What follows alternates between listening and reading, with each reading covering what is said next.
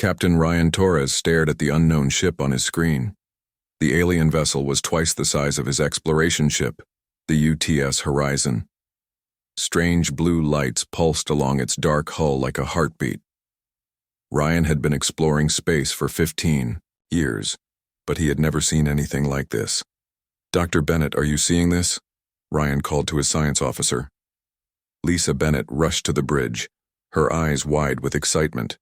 She had spent her whole life studying the possibility of alien life, and now it was right in front of them.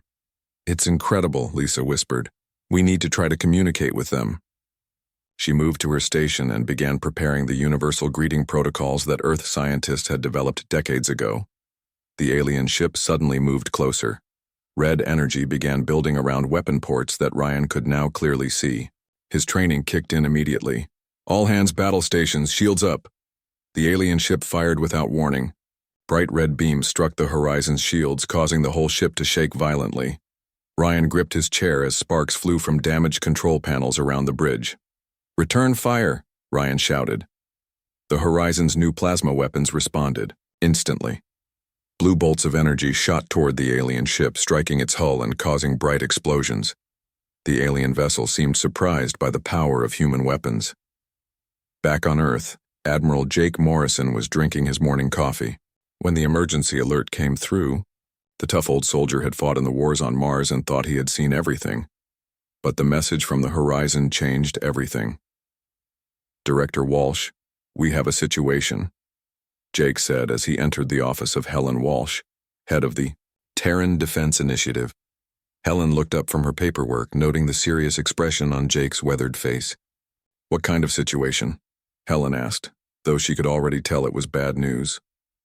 "First contact," Jake said simply, "and it didn't go well."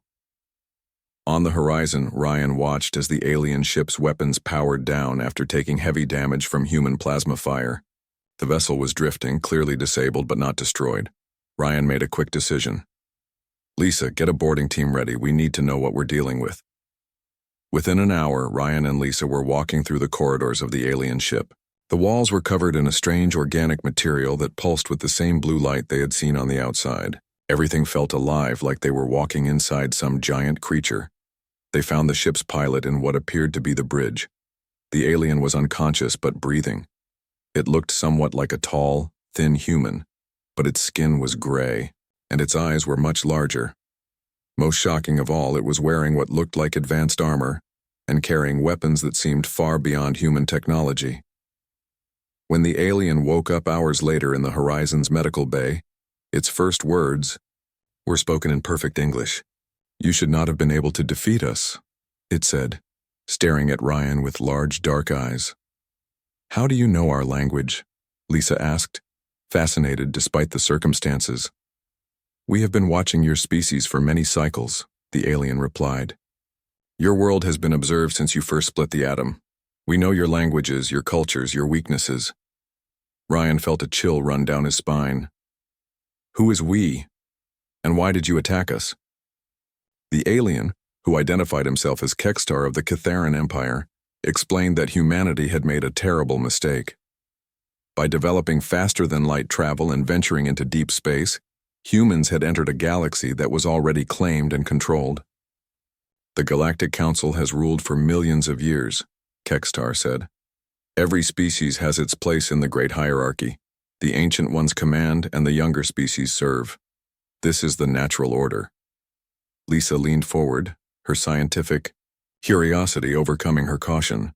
"What hierarchy? How does it work?" Kextar seemed surprised by the question. "Species are ranked by their age and wisdom. The Vorthak have ruled for 10 million years. The Ethereals provide guidance through their ancient knowledge. My people, the Kitharans, serve as enforcers and warriors. Newer species work in mines and factories until they prove their worth over thousands of years." "And where do humans fit in this system?" Ryan asked, though he suspected he already knew the answer. "Humans are newcomers," Kextar said with something that might have been contempt. "You should be grateful to serve in the lowest ranks, but you resist, you fight, you refuse to accept your place. This makes you dangerous." Back on Earth, Helen Walsh was reading the full report from the horizon with growing alarm. The implications were staggering.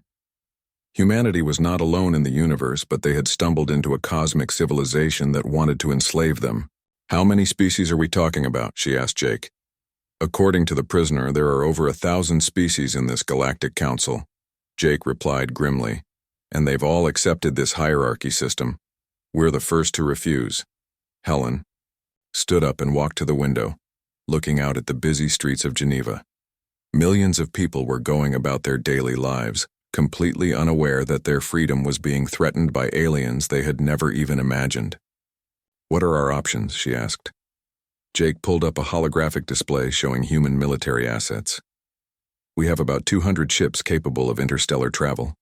Our plasma weapons seem effective against their technology, but we're talking about fighting an entire galaxy. Then we'd better get ready," Helen said quietly. Meanwhile, on the horizon, Lisa was trying to understand more about the galactic situation. "What happens to species that refuse to join the hierarchy?" she asked Kextar. The alien's expression grew cold. "They are eliminated. Their worlds are cleansed. Their cultures are erased. The galaxy cannot allow chaos and disorder." Ryan felt anger building inside him. The idea that some ancient aliens thought they could decide humanity's fate was outrageous. "And what if we're stronger than you think?" Kextar laughed, a sound like grinding metal. "You defeated one scout ship. The Council commands millions of vessels. Your resistance will be brief." But as the horizon headed back toward Earth, carrying news that would change human civilization forever, neither Kextar nor the Galactic Council realized what they were truly dealing with. Humans had always been stubborn, independent, and unwilling to accept that anything was impossible. They were about to learn that enslaving humanity would be far more difficult than they imagined. The galaxy had remained stable for millions of years under the rule of the ancient species. But now something new had entered their ordered universe, something that refused to bow down and accept predetermined limits, something that believed all conscious beings should be free to choose their own destiny. The galaxy was about to discover what happened when humanity stepped into the fray. The massive chamber on Nexus Prime had not seen such activity in 1,000 years. Representatives from hundreds of alien species filled the circular hall, their various forms creating a bizarre collection of shapes, colors, and sizes. At the center, the ancient Vorthak Elder Korthul raised one of his 4 arms to call for silence. "We are here to discuss the human problem." Korthul's voice echoed through translator devices that converted his thoughts into sounds each species could understand.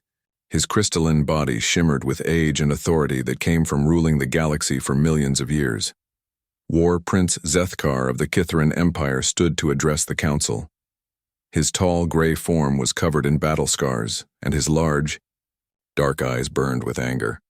"The humans destroyed one of our ships and captured my brother.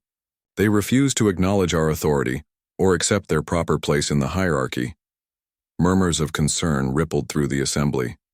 For as long as anyone could remember, new species had always submitted to the galactic order. The idea that someone would refuse was almost unthinkable. An ethereal representative appearing as a glowing ball of light spoke with a voice like music. "Perhaps these humans simply do not understand. Many young species resist at first until they learn the wisdom of our ways." "No," Zethkar replied firmly. "We have studied them for decades. Their entire culture is based on the idea that all beings are equal. They believe in something they call freedom and democracy. These concepts are poison to the natural order." Meanwhile, in a different part of the galaxy, Commander Susan Blake was leading the newly formed Terran Expeditionary Force on a series of bold raids. Her ship struck Catharan outposts with precision and speed, using tactics that the aliens had never encountered before. "Target their biocomputer centers," Susan ordered as her fleet approached another enemy base. Human intelligence had discovered that alien technology relied heavily on living computers grown from organic materials. These systems were incredibly advanced but had one major weakness. They could be confused and disrupted by human digital warfare techniques. The attack was swift and devastating. Human ships launched electronic attacks that scrambled the aliens' organic computers, while plasma weapons destroyed their defenses. Within minutes, another Kitharan outpost was in human hands. Dr. Karen Phillips studied the captured alien technology, with fascination and growing understanding. "It's incredible," she told her research team. "Their entire technological base is biological. They grow their computers, breed their materials, and even cultivate their weapons. It's like they never developed digital technology at all."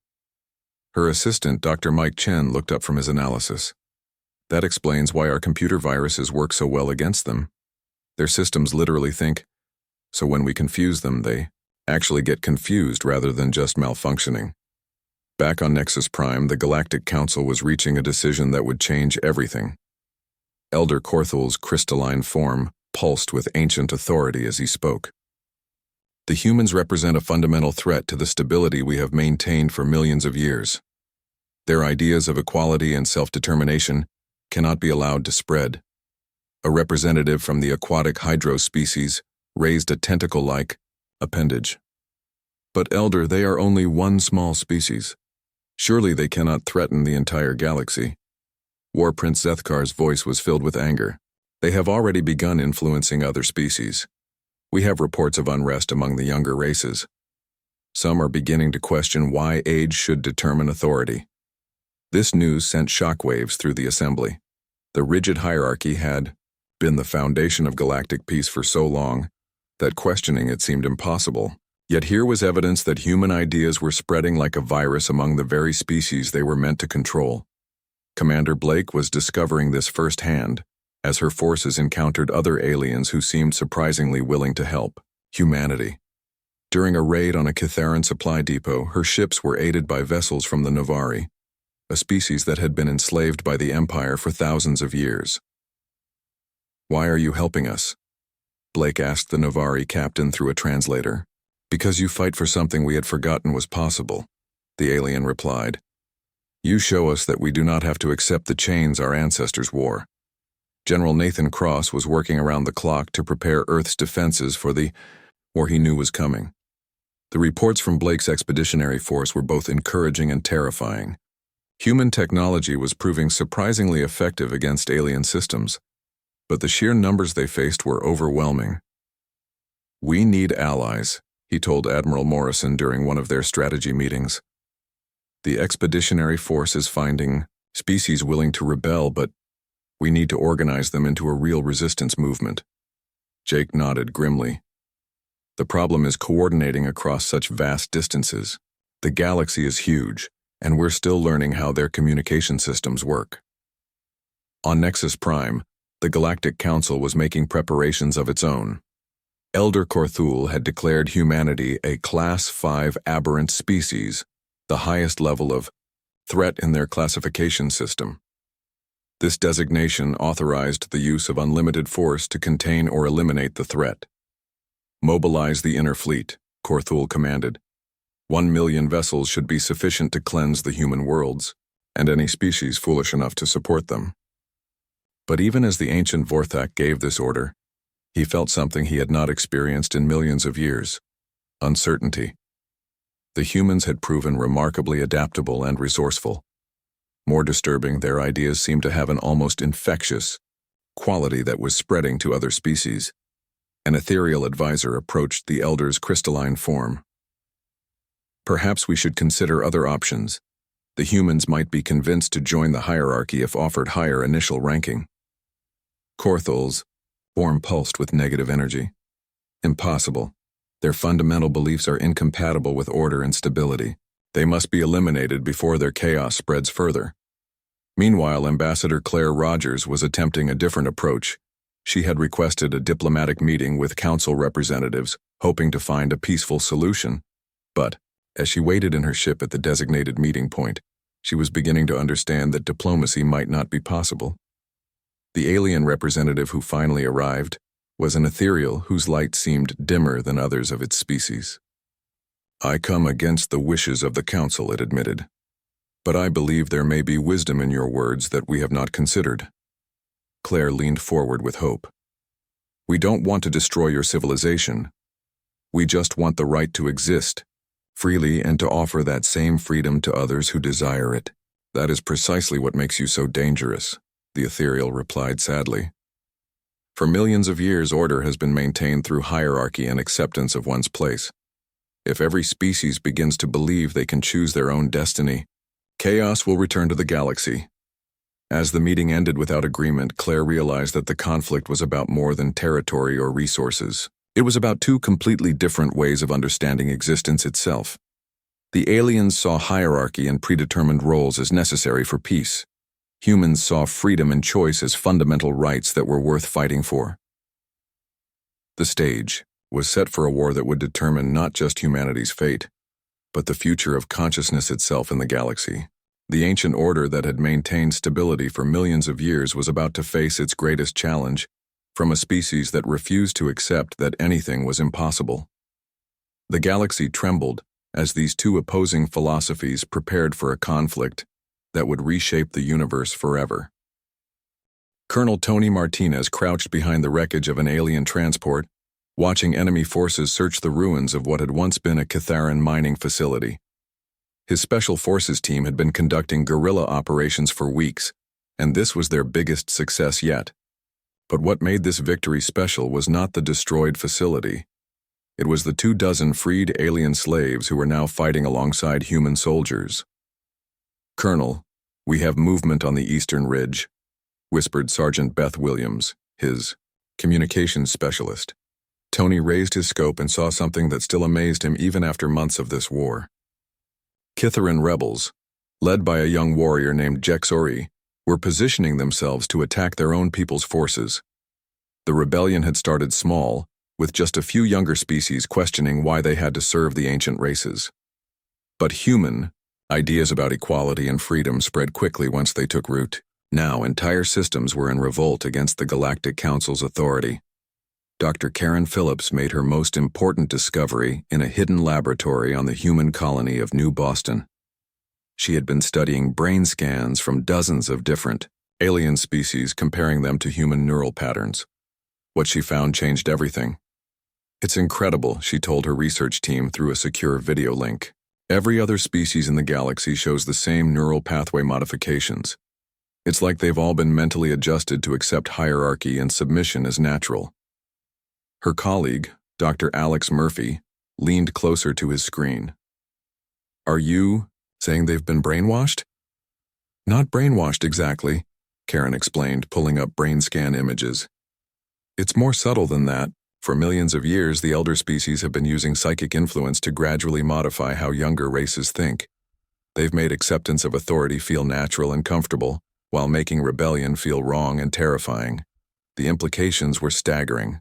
The galactic hierarchy was not maintained by force alone, but by millions of years of mental conditioning that made most species unable to even imagine freedom.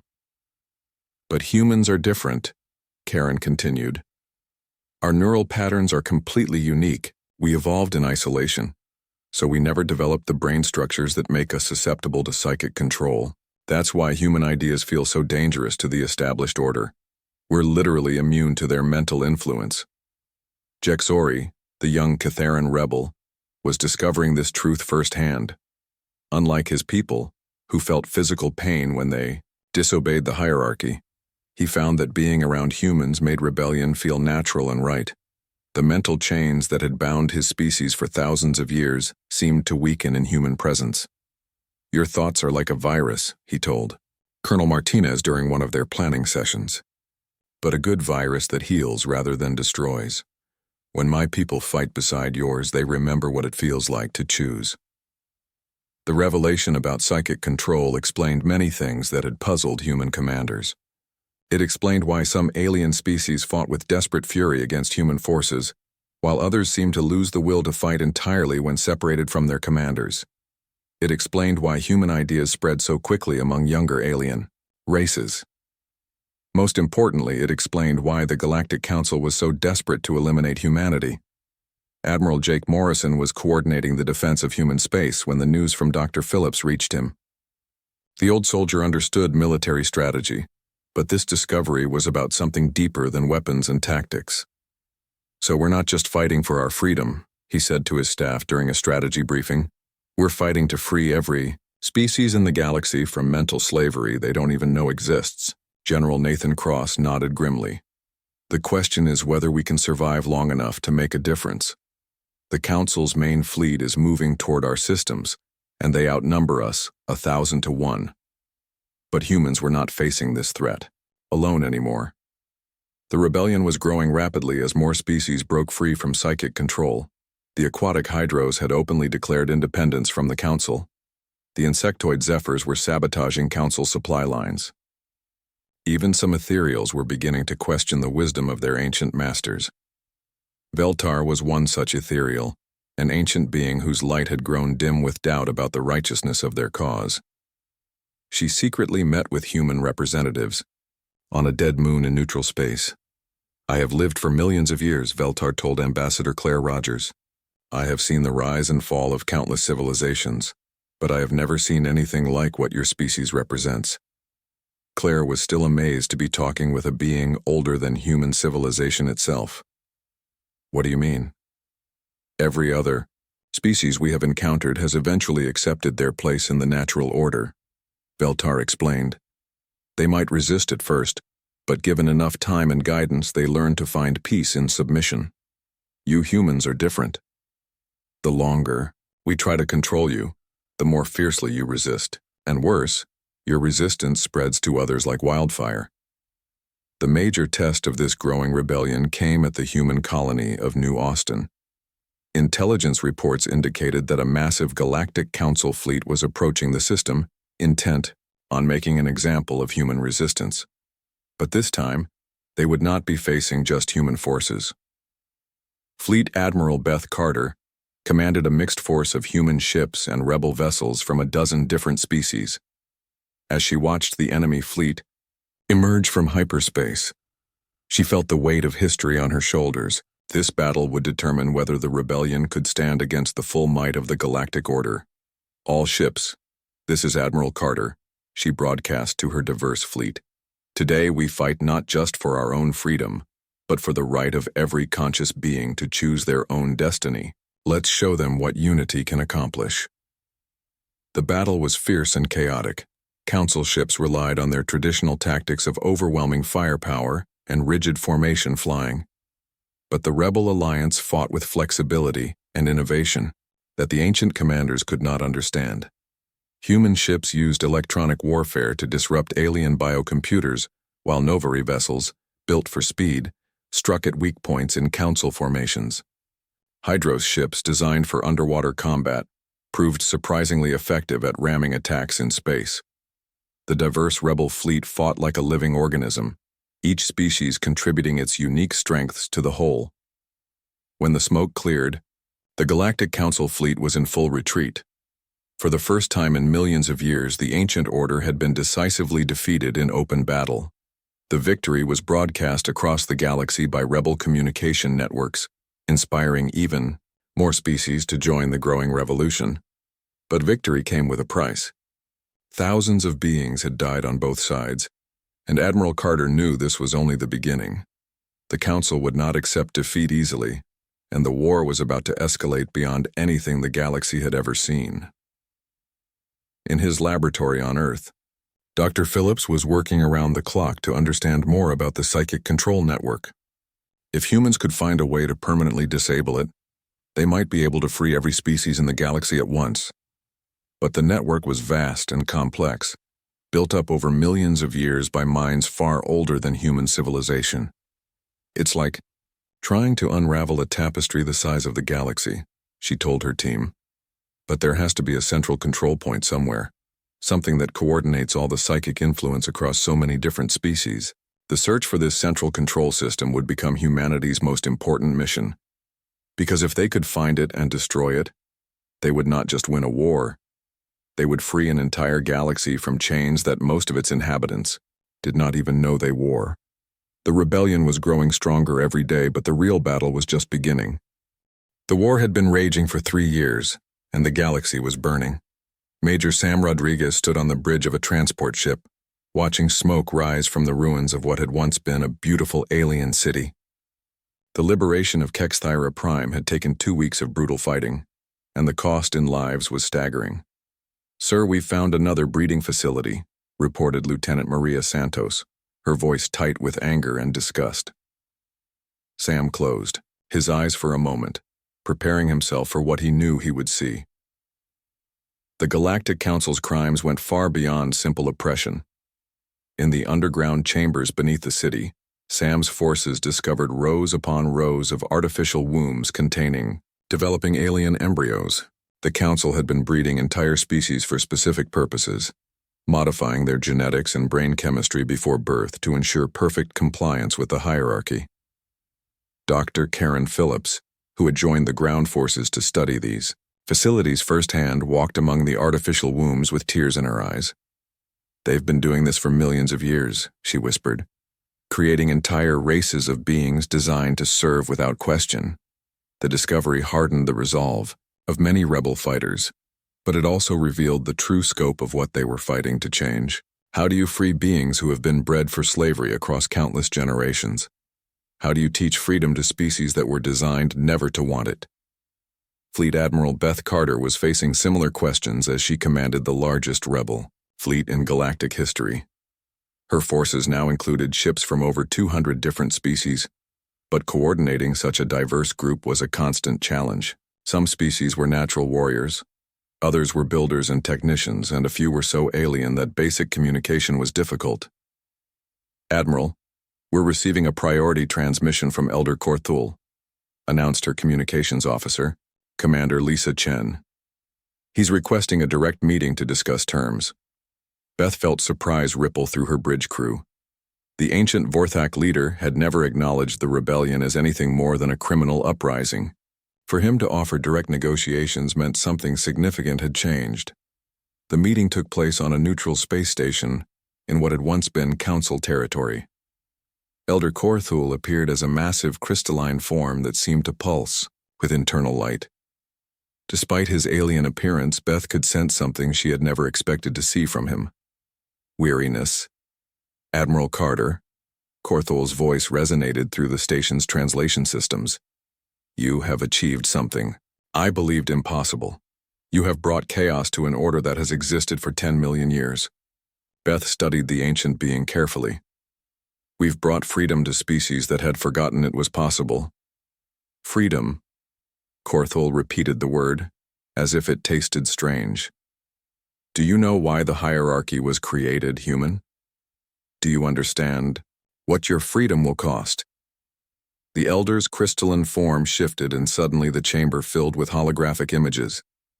Beth saw a galaxy consumed by war, with entire star systems destroyed by conflicts between countless species.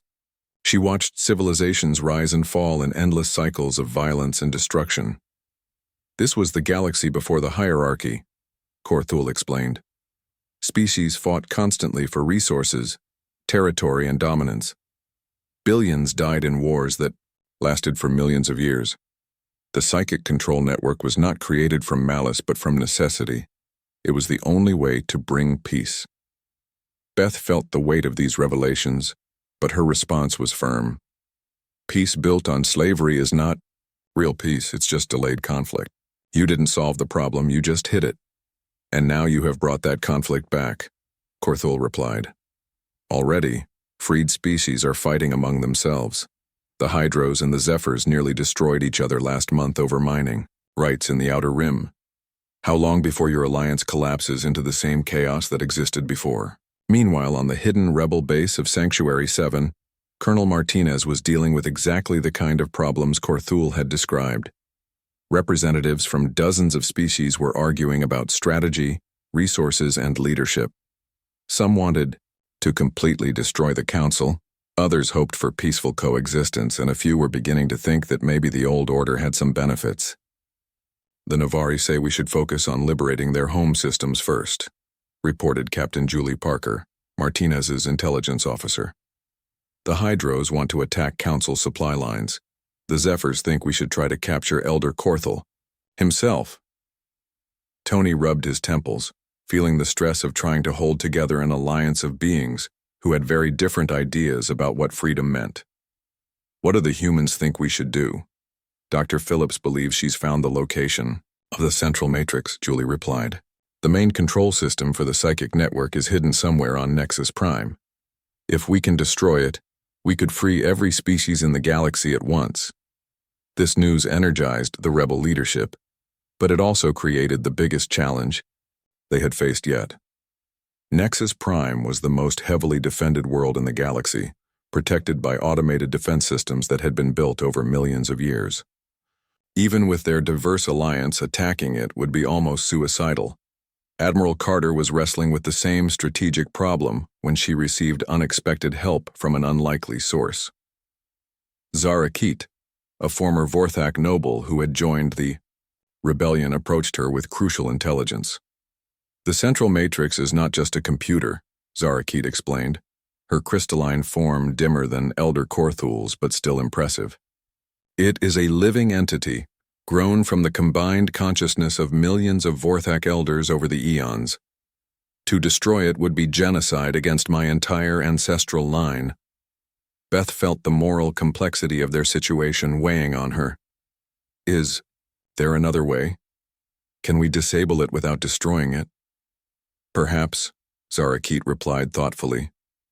But it would require getting close enough to interface directly with the Matrix, and that would mean someone would have to sacrifice themselves to make the connection. The final assault on Nexus Prime was the largest military operation in galactic history. Beth commanded a fleet of over 50,000 ships from hundreds of different species. The diversity of the force was both a strength and a weakness. They had capabilities that no single species could match, but coordinating them all was incredibly difficult. Dr. Phillips had volunteered to make the sacrifice necessary to interface with the central matrix. She understood the psychic control system better than anyone else, and she had developed a technique that might allow her to reprogram it rather than destroy it. Instead of controlling species, we could modify it to enhance their natural empathy and cooperation, she explained during the final briefing. It would still influence behavior, but toward working together rather than accepting hierarchy. The battle for Nexus Prime was brutal. Ancient defense systems unleashed weapons that had been designed to protect the galactic capital for millions of years. Entire rebel fleets were destroyed by energy beams that could crack planets. But for every ship they lost, the rebels pressed forward with determination that surprised even their enemies.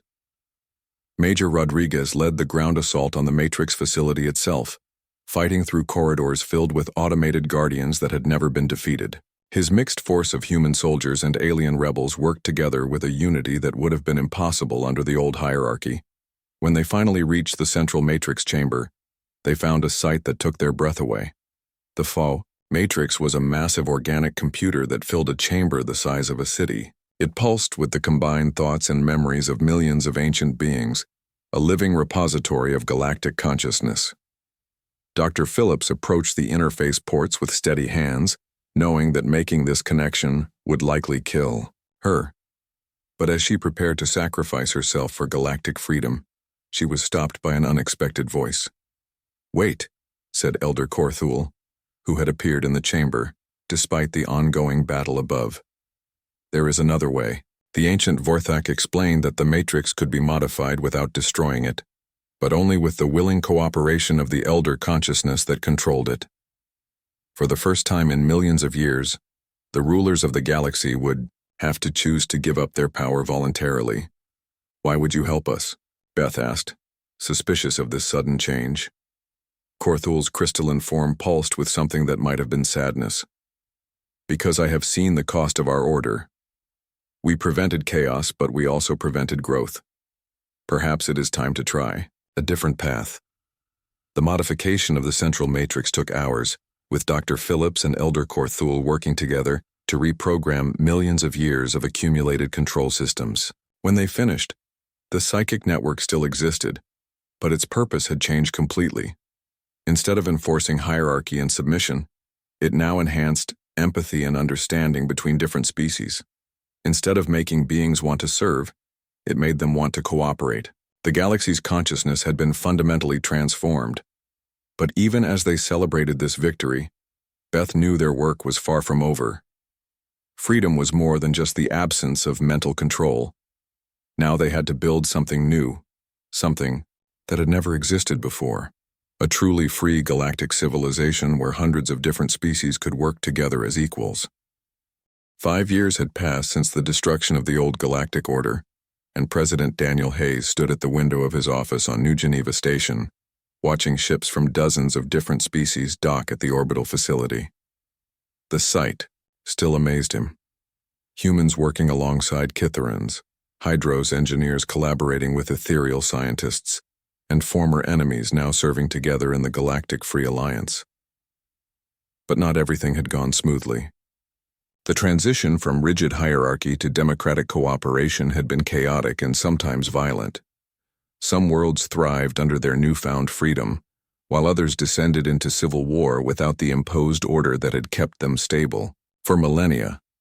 Mr. President, the Zephyr delegation is here for the territorial dispute hearing, announced his aide, Secretary Janet Morrison. The insectoid Zephyrs and the crystalline Vorthak had been fighting over a mineral-rich system for 3 months, and this was the kind of problem that the new galactic government had to solve every day. Daniel nodded wearily. Democracy was messy, especially when it involved hundreds of different species with completely different ways of thinking. But it was still better than the alternative.